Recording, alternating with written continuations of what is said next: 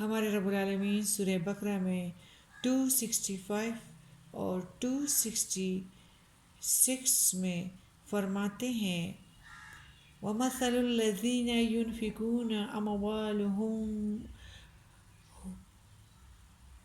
ابْتِغَاءَ مَرْضَاتِ اللَّهِ وَتَثْبِيَةً مِّنْ أَنفُسِهِمْ كَمَثَلِ جَنَّةٍ بِرَبْوَةٍ أَصَابَهَا وَبْلٌ فَآتَتْ أُكُلَهَا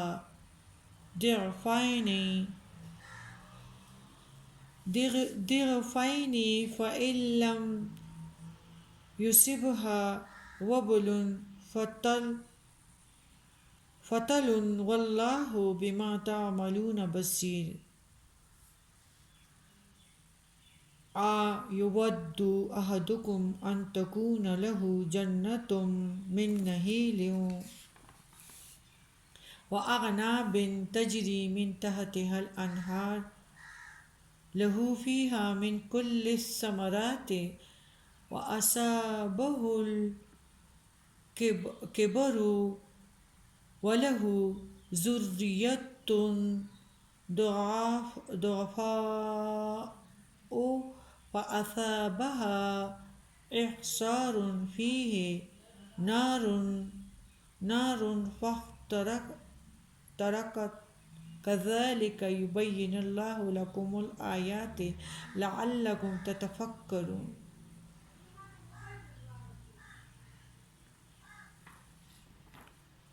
اور جو لوگ اللہ کی رضا جوئی اور اپنی پوری دل جمی کے ساتھ اپنے مال خرچ کرتے ہیں، ان کی مثال ایسی ہے جیسے کسی بلند زمین پر ایک باغ ہو کہ اگر اس پر زور کا مینہ برسے تو دوگنا پھل لائے، اور اگر زور کا می نہ برسے تو پھوہار ہی کافی ہوتی ہے۔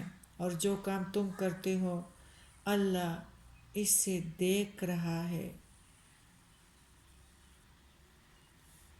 آیت 266 کا ترجمہ کیا تم میں سے کوئی شخص یہ پسند کرتا ہے کہ اس کا کھجور اور انگور کا ایک باغ ہو جس کے نیچے نہریں چلتی ہو، جس میں ہر طرح کے میوے پیدا ہوتے ہوں، اور اسے بڑھاپا آلے اور اس کی اولاد چھوٹی ہو؟ ان حالات میں اس کے باغ کو ایک بگولا آلے، اس میں آگ ہو اور وہ باغ کو جلا ڈالے۔ اللہ اسی انداز سے اپنی آیات کھول کھول کر بیان کرتا ہے تاکہ تم ان پر غور و فکر کرو۔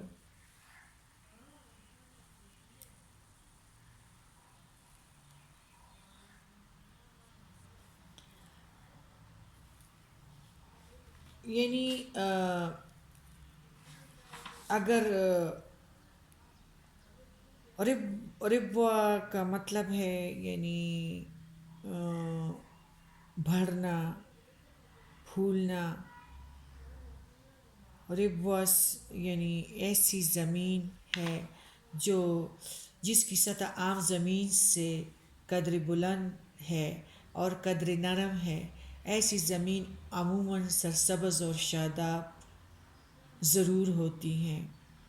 پنجابی زبان میں اسے میرا زمین کہتے ہیں، اور وبل یا زوردار بارش سے مراد انتہائی خلوص نیت سے اللہ کے چہرے کی خاطر، اللہ کی رضا جوئی کے لیے اپنے دل کی پوری خوشی سے مال خرچ کیا ہو یا مال خرچ کرنا ہے، اور پھوہار سے مراد ایسی خیرات جس میں یہ دونوں باتیں موجود ہوں۔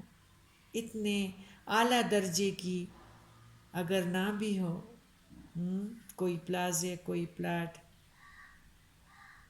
ایسی چیزیں نہ بھی ہوں، دونوں صورتوں میں اگر نیت ایسی خالص ہو تو اس کا اجر و ثواب دگنا اور چگنا ہے۔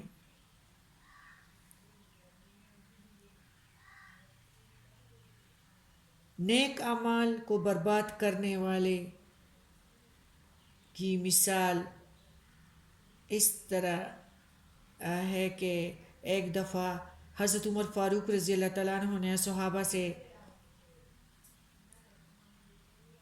اس آیات کا مطلب پوچھا.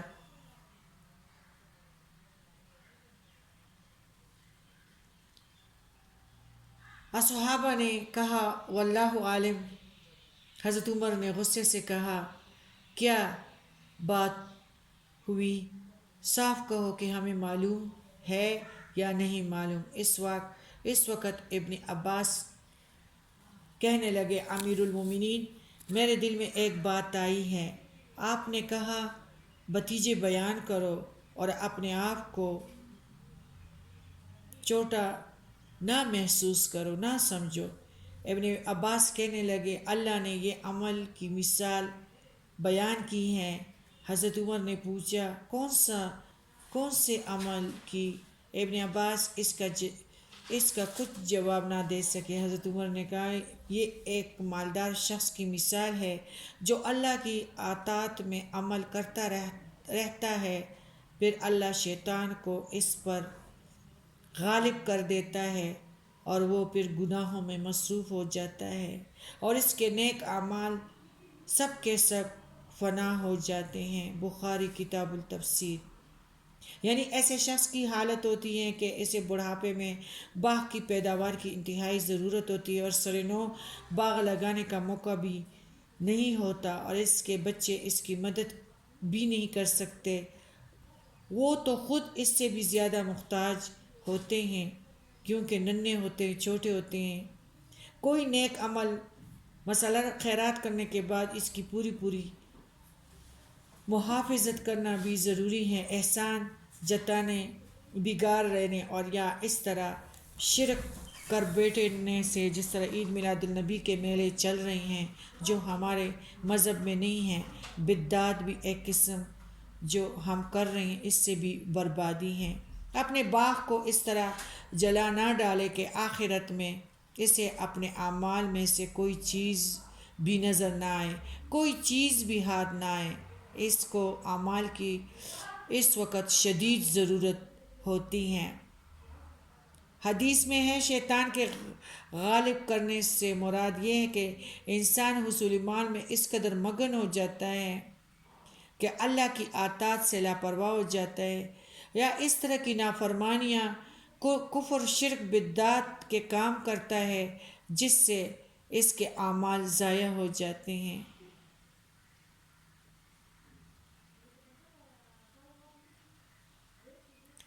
ناقص اعمال کیا ہے؟ ناقص کام، ناقص صدقہ، حرام مال میں خیرات اور صدقے، یتیم خانے قائم کرنا، ہاسپٹل بنانا،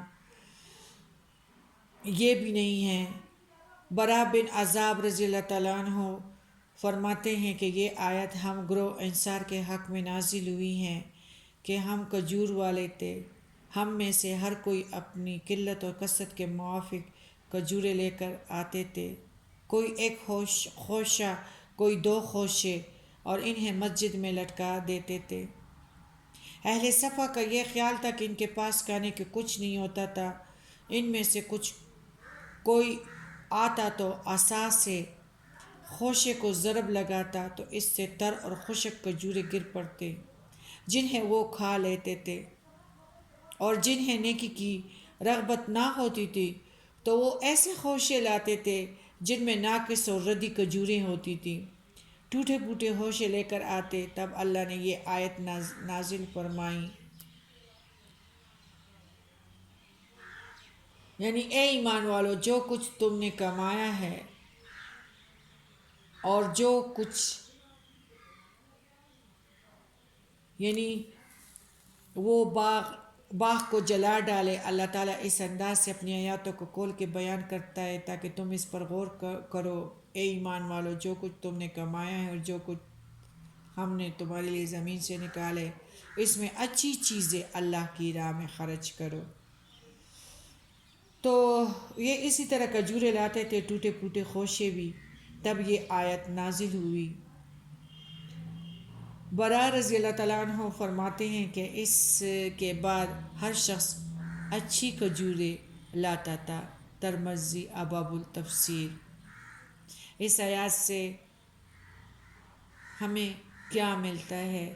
اخلاص ہو، ناقص چیزیں نہ ہوں، ردی مال نہ ہو، اور صحیح چیزیں، صاف ستھرا مال ہو، جو اپنے لیے پسند کرتے ہوں۔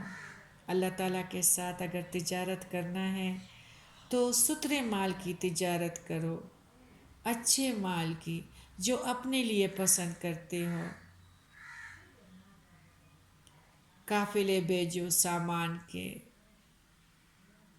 اگر آخرت کی سفر کی تیاری شروع کرنی ہو تو اچھے اچھے سامان کی تجارت شروع کرو۔ اللہ تعالیٰ کے ہاتھ میں دے رہے ہو، اللہ تعالیٰ اسے دیکھتا ہے۔ شہنشاہوں کے شہنشاہ کو اچھی چیزیں دو۔ تم لوگ دنیا کے ایک حاکم کو کس طرح کی چیز دو گے؟ خود سوچو کہ ہم کیا کر رہے ہیں۔